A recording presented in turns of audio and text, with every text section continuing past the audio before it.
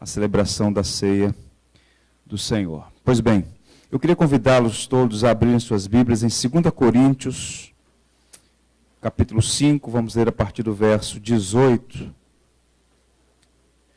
o que Paulo chama de o ministério da reconciliação. E esse é o tema da nossa reflexão, à luz de 2 Coríntios 5, a partir do verso 18.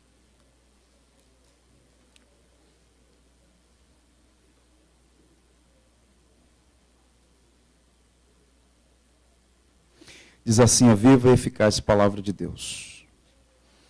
Ora, tudo provém de Deus, que nos reconciliou consigo mesmo por meio de Cristo e nos deu o ministério da reconciliação.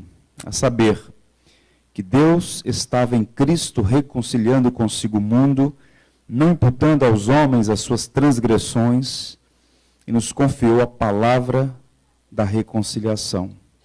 De sorte que somos embaixadores em nome de Cristo, como se Deus exortasse por nosso intermédio. Em nome de Cristo, pois, rogamos que vos reconcilieis com Deus. Aquele que não conheceu o pecado, ele o fez pecado por nós, para que nele fôssemos feitos justiça de Deus. Que o Senhor nos abençoe. Esse termo que Paulo emprega aqui, e não apenas aqui, mas em todas as suas cartas praticamente, mas de um modo mais exaustivo, na carta aos Romanos, reconciliação, é uma palavra teologicamente densa e que nos remete a algumas verdades que precisamos de tempos em tempos rememorá-las. Reconciliação pressupõe uma ruptura. Para reconciliar, promover essa conciliação entre partes é porque houve uma quebra, uma ruptura. E o que Paulo está dizendo nessa passagem, de um modo muito claro, é que Deus tomou a iniciativa de promover a reconciliação entre ele, o Deus ofendido, e os seus ofensores, as suas criaturas. Isso é muito interessante. Basta observar, na narrativa da queda, em Gênesis capítulo 3, que a primeira pergunta que Deus fez ao homem após a queda indica que houve uma separação. Qual foi a pergunta que Deus fez a Adão? Adão, onde estás? O pecado, ele aliena, ele separa. Ele cria o que os antigos chamavam de céu de bronze. Algo que se interpõe entre Deus e os homens, entre Deus e suas criaturas. De modo que os homens, na condição de filhos de Adão, alienados, destituídos, separados da glória de Deus, nada podem fazer para reconciliar-se com Deus. Por si mesmo, nada podem. Observe que a religião, a palavra religião, do latim religare, emendar, conectar de novo, é uma tentativa humana de fazer esse caminho de volta. Só que, por conta do pecado, o homem fica tateando nas trevas sem conseguir. De modo que o Evangelho, a palavra do Evangelho, resumida nessa porção que nós lemos, não diz respeito ao que o homem fez para conectar-se de volta, para voltar-se para Deus, para reconciliar-se com Deus. A palavra do Evangelho é uma narrativa do que Deus fez para trazer de volta o homem, para reconciliar o homem consigo. É sobre isso que nós vamos pensar. Porque observe, e eu quero que você guarde bem isso, o nosso maior problema continua sendo o problema de Adão. O pecado que nos interpõe em relacionamento com Deus. O pecado que nos separa de Deus. De modo que essa mesa, ela comunica uma gloriosa verdade. Há suficiente graça no sangue de Cristo para nos lavar de toda iniquidade, nos trazer de volta para o relacionamento com Deus. Um relacionamento em paz pela obra que Cristo realizou. Pois bem, observe como começa a narrativa. Ele vai dizer que tudo provém de Deus, dizendo que a iniciativa foi de Deus, que nos reconciliou consigo por meio de Jesus Cristo. E aqui nós vamos encontrar pelo menos 4 pontos importantes para entender o quadro todo. Como é que Deus opera essa reconciliação de pecadores consigo. Primeiro, antes de primeiro, antes de tudo, a gente precisa considerar essa necessidade da reconciliação. Saltemos para o verso 19, que diz assim: a saber que Deus estava em Cristo reconciliando consigo o mundo, não imputando aos homens as suas transgressões, e nos confiou a palavra da reconciliação. Quando Paulo fala aqui de transgressão, Paulo está falando aqui de uma palavra que nos remete a uma quebra da lei. A transgressão que Deus não imputou ao homem no ato de misericórdia é justamente a quebra da lei, o pecado, a iniquidade. Deus graciosamente não imputou, porque haveria de imputar no seu filho no futuro, como nós iremos observar. O que Paulo está falando aqui, ao afirmar que Deus estava em Cristo reconciliando consigo o mundo, ele não quer dizer que todas as pessoas estão salvas ou serão salvas. Paulo não é universalista. O que Paulo está dizendo aqui ao usar a expressão mundo, ele está dizendo que tanto os judeus, o povo da aliança, quanto todos os gentios, por meio da obra de Cristo, seriam reconciliadas. Deus tem salvado pessoas de todos os povos, todas as raças, todas as línguas, todas as nações do mundo. E há pelo menos duas razões pelas quais o homem precisa dessa reconciliação, porque é um transgressor. A primeira delas diz respeito ao fato de que o homem precisa se reconciliar com Deus, porque o pecado o afasta de Deus. Quando Adão, e observe a narrativa de Gênesis 3, diz o texto bíblico que o Senhor todos os dias tinha comunhão com Adão e Eva. Todos os dias. Mas logo após a queda, eles fugiram da presença do Senhor, porque o pecado aliena. Paulo chega a dizer que todos pecaram e destituídos estão da glória de Deus. Destituir significa separar. De fato, todo ser humano está nessa condição, destituído, separado, alienado dessa glória de Deus, que é a própria comunhão com Deus Trino. Lá atrás, Isaías havia dito, e Isaías está se dirigindo ao povo da aliança: as mãos de Deus não estão encolhidas, nem os seus ouvidos tapados. O que faz separação entre vós e o vosso Deus são os vossos pecados, de modo que o pecado nos aliena, nos separa de Deus. Essa reconciliação é necessária, porque o pecado te separa do Senhor. Essa é a razão principal pela qual nós oramos tão pouco. É o chamado recurso psicológico. A gente vai pouco ao Senhor em oração, porque no fundo, nós estamos fugindo da presença daquele que é santíssimo. O pecado nos separa de Deus.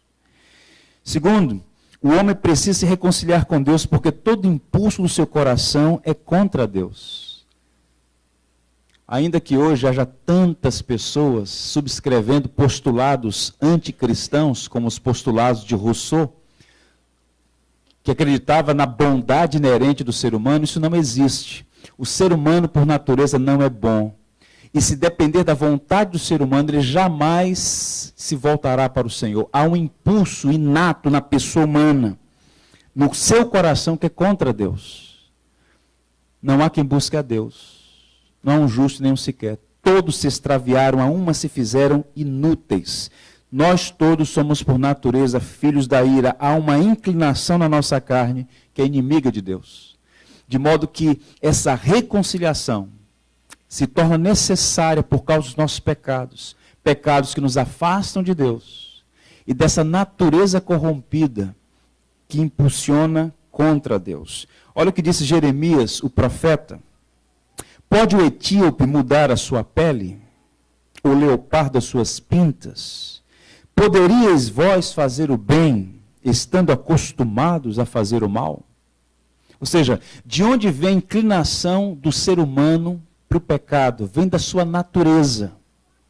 E Jeremias está usando aqui dois casos curiosos da própria criação para mostrar o fato inequívoco de que o homem não busca a Deus por si só. O etíope não muda a cor da pele, nem o leopardo as suas pintas. Assim, o homem não fará o bem, estando acostumado a fazer o mal, de modo que, sem que entendamos essa necessidade que só Deus poderia suprir, de fato supriu, a gente não vai entender essa doutrina da reconciliação. Nossos pais, na fé, os batistas ingleses, no século XVII, produziram um documento precioso chamado Confissão Batista de 1689. No capítulo 9, artigo 3, está escrito: com a queda no pecado, O homem perdeu completamente a capacidade volitiva para aquele bem espiritual que acompanha a salvação. Por isso, o homem natural é inteiramente adverso a esse bem e está morto em seus pecados. Ele não é capaz de se converter por seu próprio esforço e nem mesmo a se dispor para isso. De modo que Deus, na sua misericórdia, vendo os filhos de Adão todos, sem distinção, extraviados, inúteis, incapacitados de voltar-se para Ele por si só, Deus usa de misericórdia. Se a religião é o homem buscando uma força superior, ou seus deuses, ou seus ídolos construídos pela sua mente caída, o Evangelho é Deus vindo ao encontro do homem. O homem que tateia nas trevas não encontra o Senhor. É o Senhor que vem, Ele mesmo é a nossa luz. É Ele que nos traz para si. A religião, disse alguém, é a tentativa medíocre do ser humano de se reconciliar com Deus numa série de esforços condenados ao fracasso. Religião nenhuma pode trazer o homem de volta para Deus, somente o Evangelho de nosso Senhor Jesus Cristo. Há um episódio na narrativa de Lucas, o médico amado, estava lendo essa semana e me veio à mente. Jesus está denunciando o perigo das riquezas. O perigo de fazer das riquezas um ídolo, de sedução, o poder de sedução que o dinheiro tem sobre os homens. E ele usa uma linguagem que muitas vezes as pessoas não entendem, quando ele disse assim, é mais fácil um camelo passar no fundo de uma agulha do que o rico entrar no reino dos céus. Ele começa a denunciar o perigo das riquezas. E aí quando ele denuncia tudo isso, usando essa linguagem, os discípulos dizem assim, ouçam a conversa registrada por Lucas.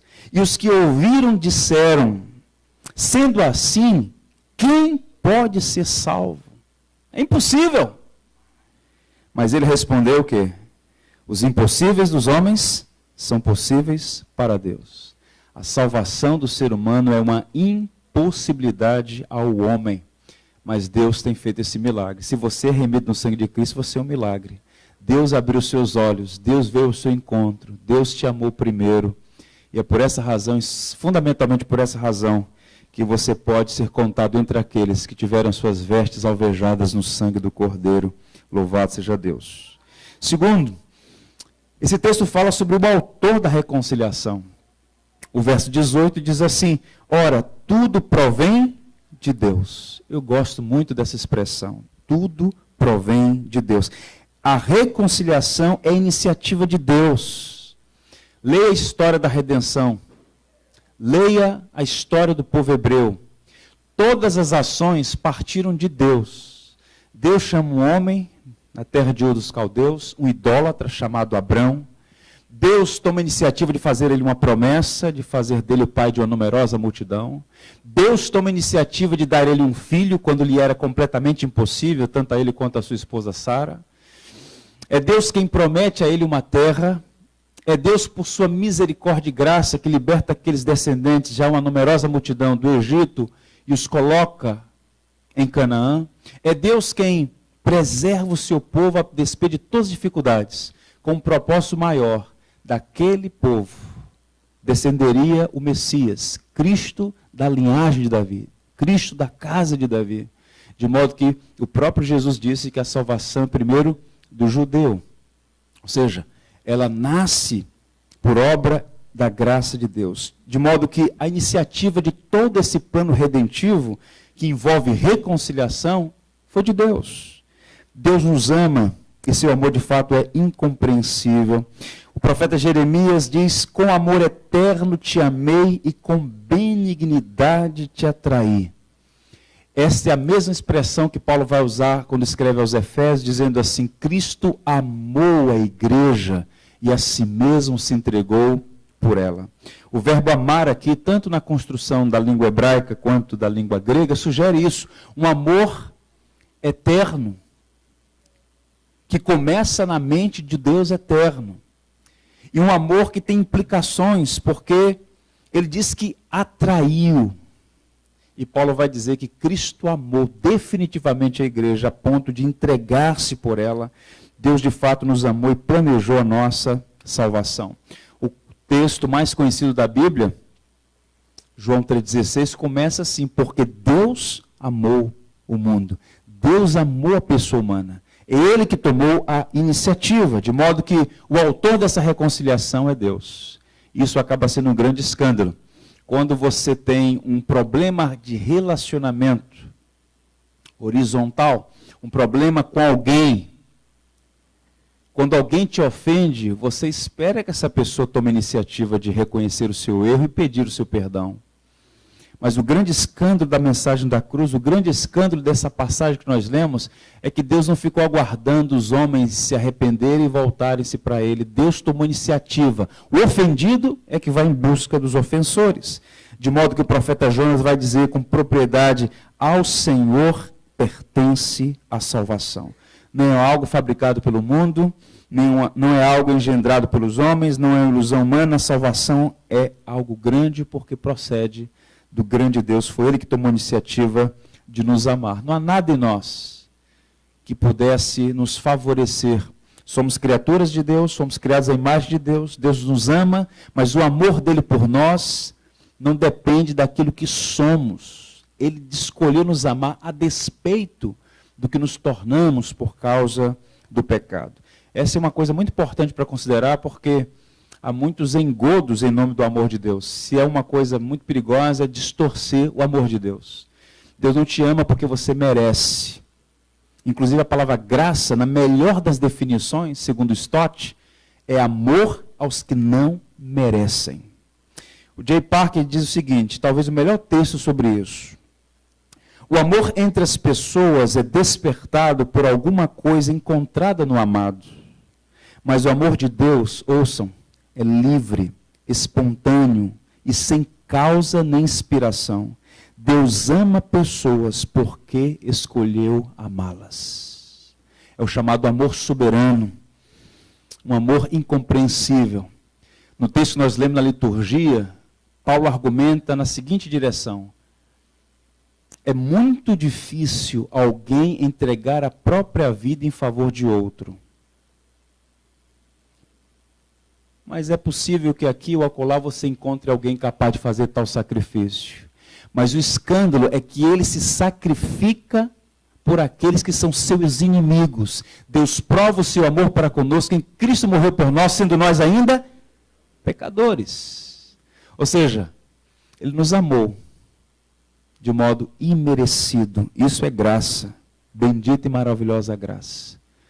Se tem toque humano, se tem mérito humano, se tem justiça própria, não é graça. Graça é amor aos que não merecem. João resume tudo dizendo assim na sua primeira carta: nós amamos porque Ele nos amou primeiro. Vamos ler juntos? Nós amamos porque Ele nos amou primeiro.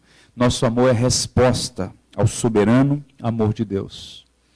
Nós o aceitamos, nós o reconhecemos, nós o reverenciamos, nós o adoramos.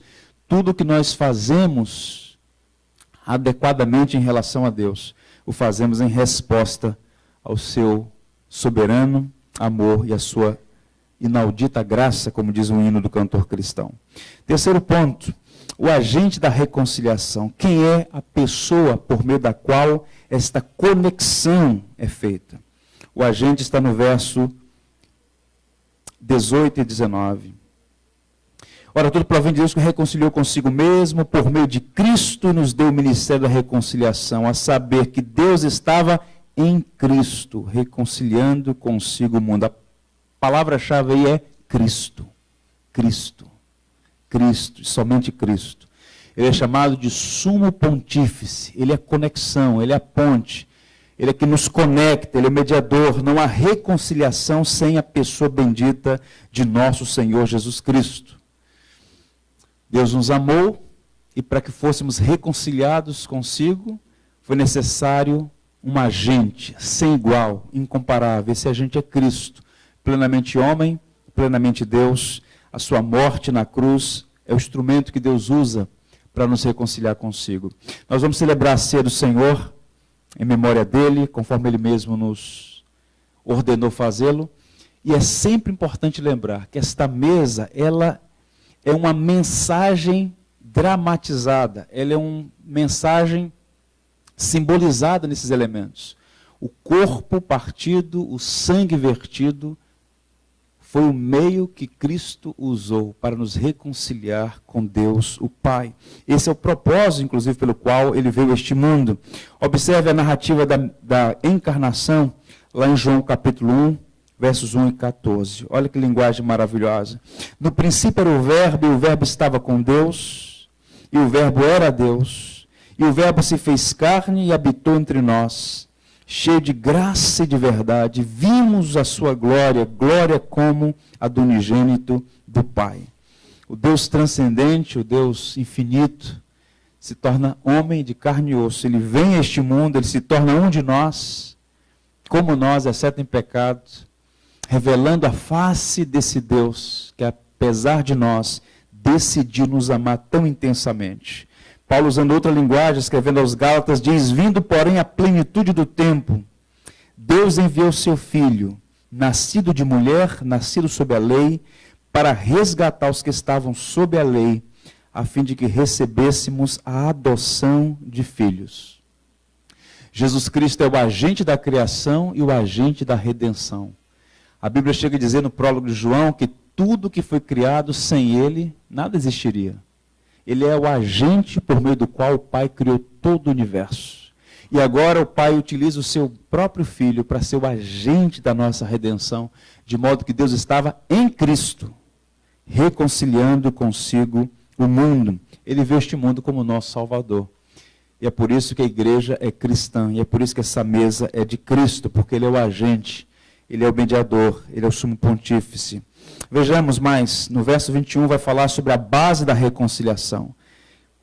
O verso 21 diz assim: aquele que não conheceu o pecado, ele o fez pecado por nós, para que nele fôssemos feitos justiça de Deus. A palavra reconciliação, essa doutrina preciosa da fé cristã, ela se baseia em outra palavra, palavra imputação. Essa é uma terminologia comercial, é um termo da área financeira, que significa colocar na conta de alguém. Quando alguém é imputado, é colocado na conta daquela pessoa algo. No Calvário houve uma transferência de dívida para Cristo e uma transferência de crédito para nós. Nós transferimos para ele a nossa dívida, a nossa condenação, e ele transferiu para nós a sua justiça. Por isso somos chamados de justos. Há uma coisa interessante nesse versículo 19. Primeiro, o ato da misericórdia de Deus em não lançar em nossa conta a nossa dívida. O verso 19 que nós lemos diz que Deus, não imputando aos homens os seus pecados, não imputando aos homens os seus pecados. Sabe o que aconteceria se Deus colocasse na sua conta os seus pecados? Você não estaria aqui. Mas Deus, num ato de misericórdia, ele susta a nossa condenação e coloca sobre o seu Filho. Pecado é qualquer falta de conformidade com a lei de Deus ou qualquer transgressão dessa lei.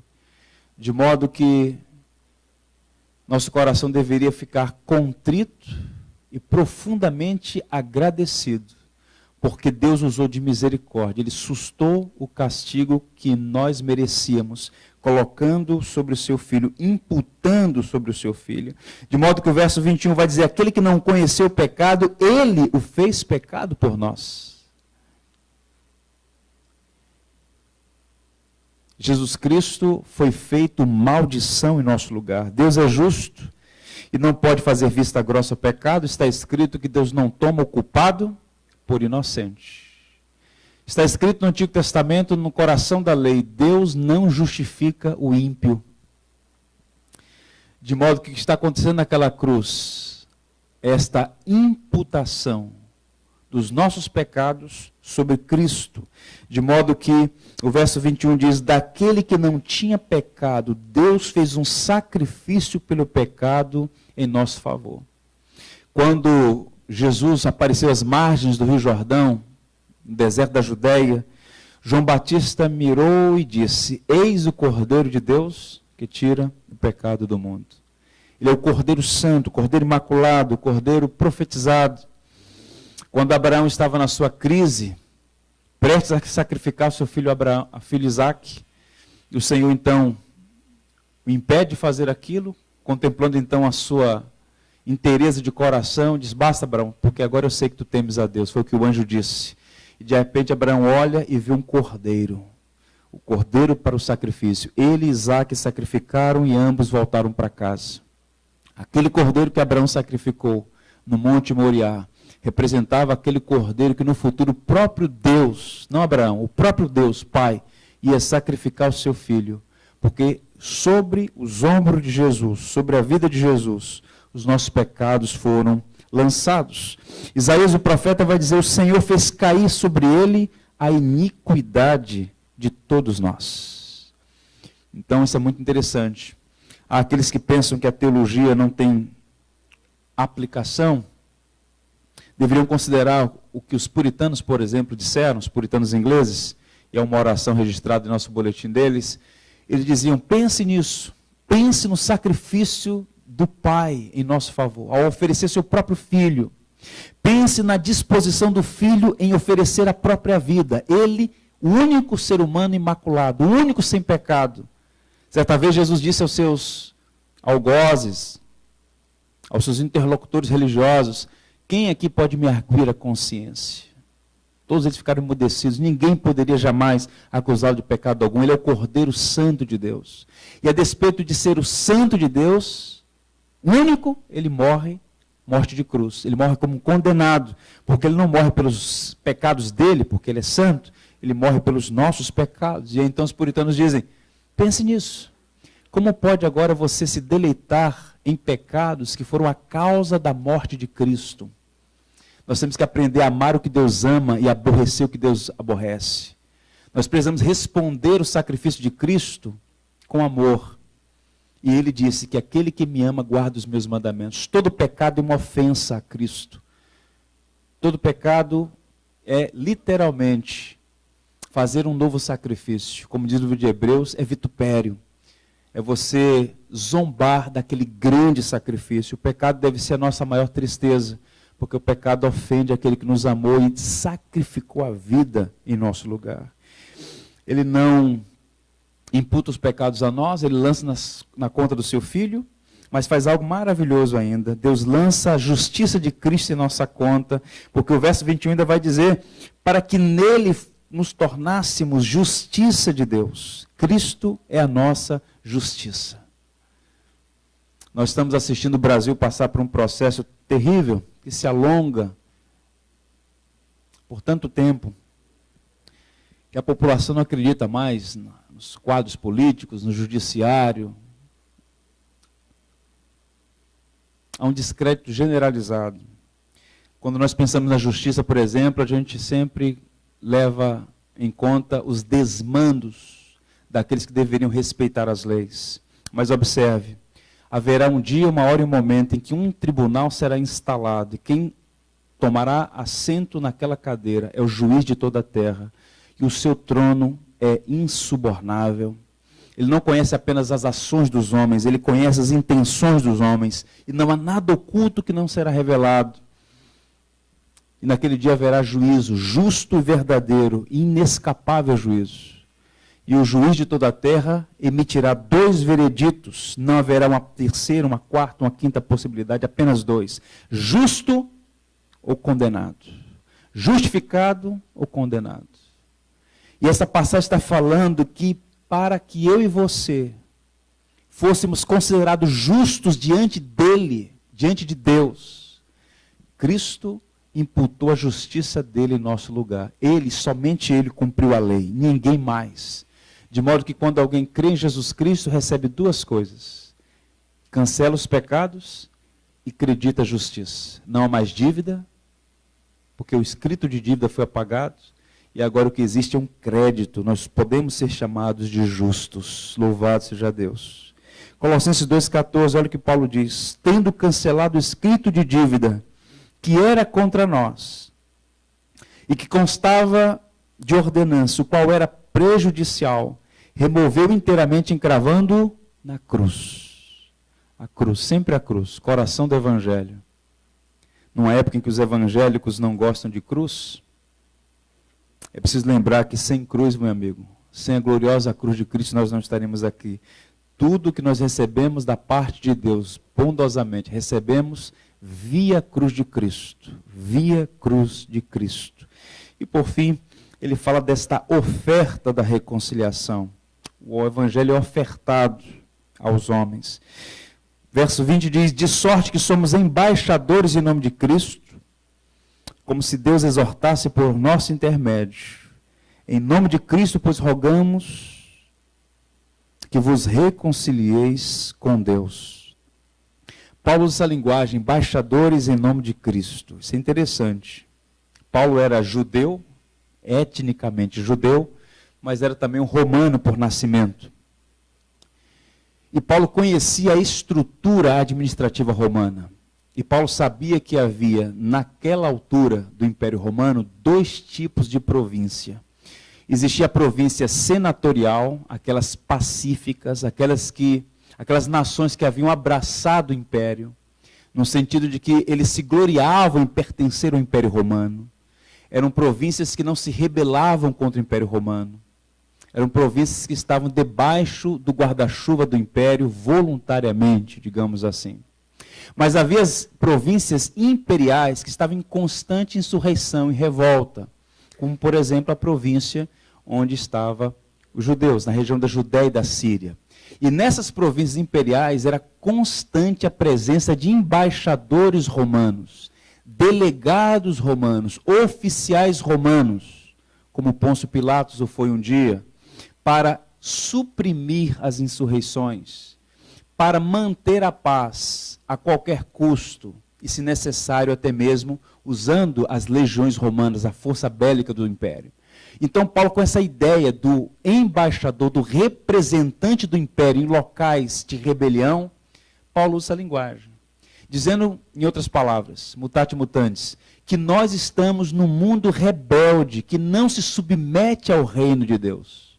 O reino de Deus não é o Império Romano, não se pode comparar. Mas a ideia de que nós vivemos em um mundo que não se submete ao rei nem ao reino. E aqui nós somos embaixadores, dizendo aos rebelados, sujeitem-se ao rei.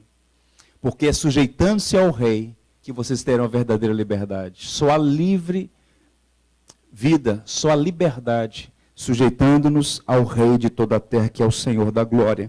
De modo que a igreja precisa, e essa passagem é um encorajamento para que nós possamos cumprir a nossa vocação de proclamar ao mundo que nós temos essa mensagem do Evangelho, que é a única mensagem que pode livrar o homem da tirania do pecado, da sua natureza e do adversário de nossas almas. Esse ano o tema da nossa campanha de missões mundiais é muito sugestivo, nem sempre o é, mas esse ano eu apreciei demais. Diz assim, leve esperança até que ele venha. Leve esperança até que ele venha. Que esperança é essa? É Cristo. A esperança é Cristo. Paulo diz a Timóteo, Cristo Jesus, vírgula, nossa esperança. No mundo cambaleante, esgotado de tantas promessas políticas, de tantos regimes totalitários, de tanto sangue, de tanta violência, de tanta injustiça, de tantos absurdos, as pessoas estão absolutamente esgotadas. E algumas delas estão iludidas com algumas vãs esperanças, mas o Evangelho traz a verdadeira esperança, e a esperança tem nome, é Jesus Cristo. E cabe à igreja proclamar o Evangelho aqui, ali e acolá, em todo tempo. Nós devemos então assumir essa responsabilidade.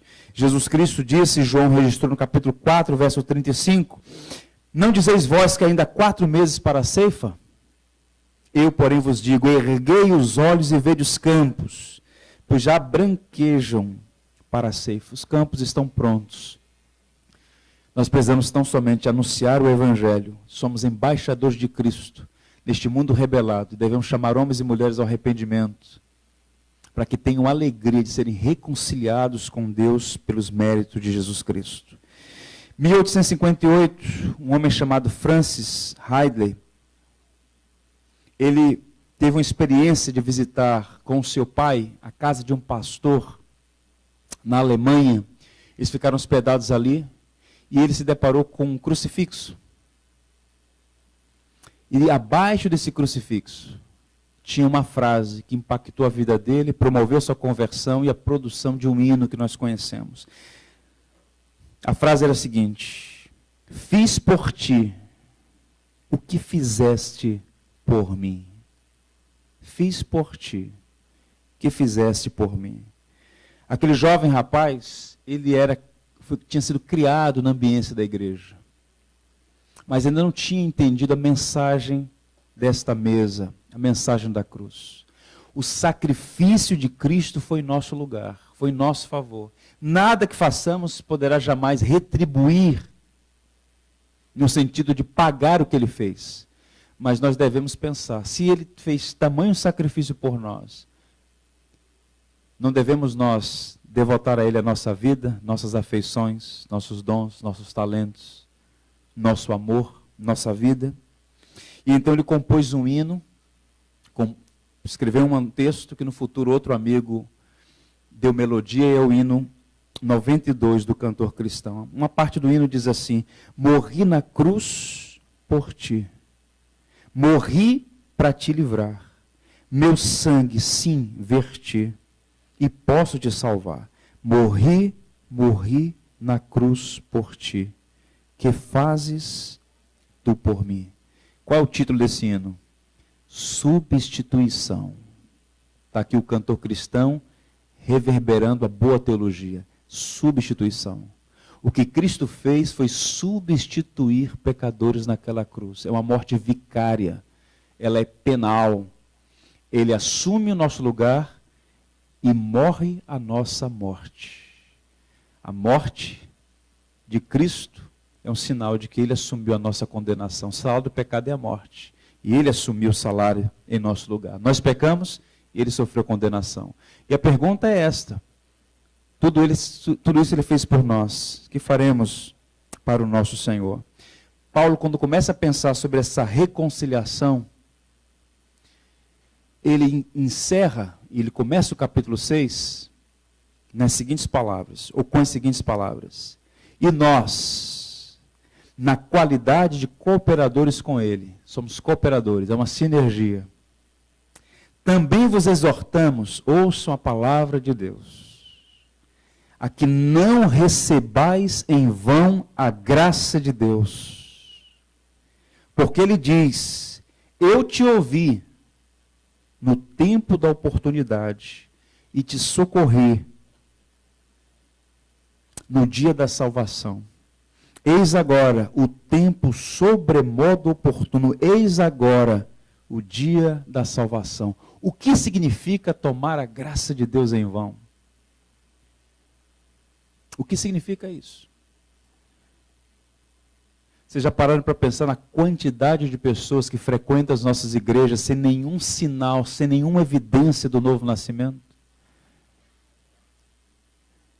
Elas se acostumam com os sagrados, mas falta-lhes afeição por Cristo, amor por Cristo, devoção a Cristo, amor pelo Senhor.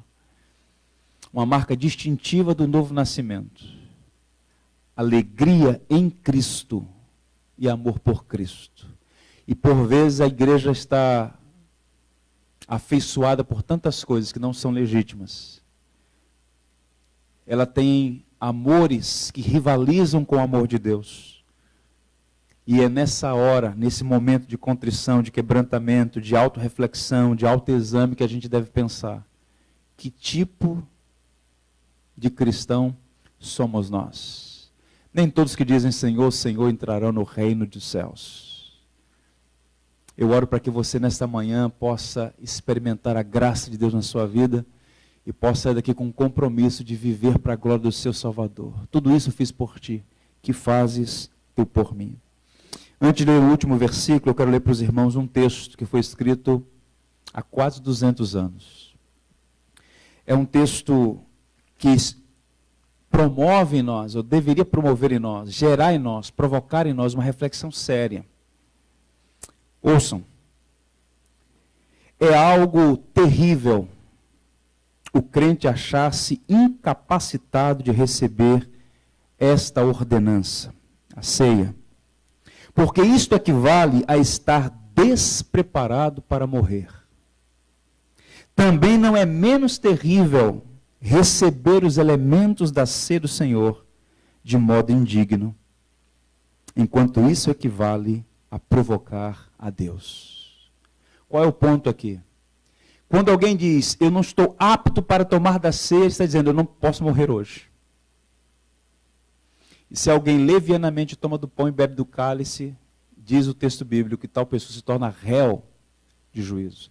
De modo que não é a mesa, não é o pecado que tem que te afastar da mesa.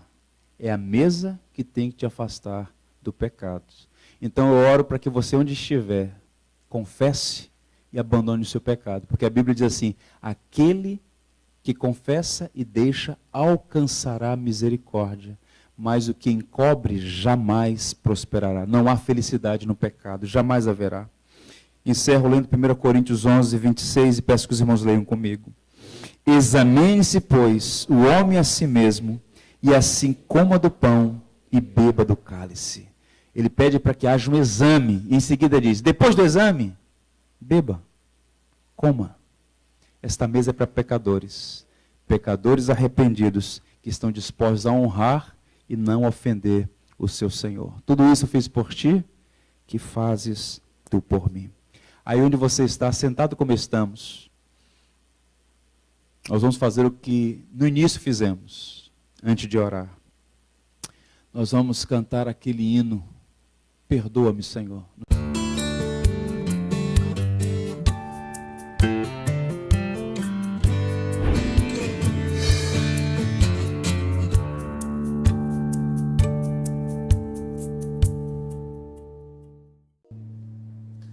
Tu és fiel, Senhor, meu Pai celeste, pleno poder aos teus filhos darás. Nunca mudaste, tu nunca faltaste, tal como eras, tu sempre serás. Vamos juntos? Tu és fiel, Senhor, tu és fiel, Senhor, dia após dia, com bênção sem fim. Tua mercê me sustenta e me guarda. Tu és fiel, Senhor, fiel a mim. Flores e frutos, montanhas e mares, sol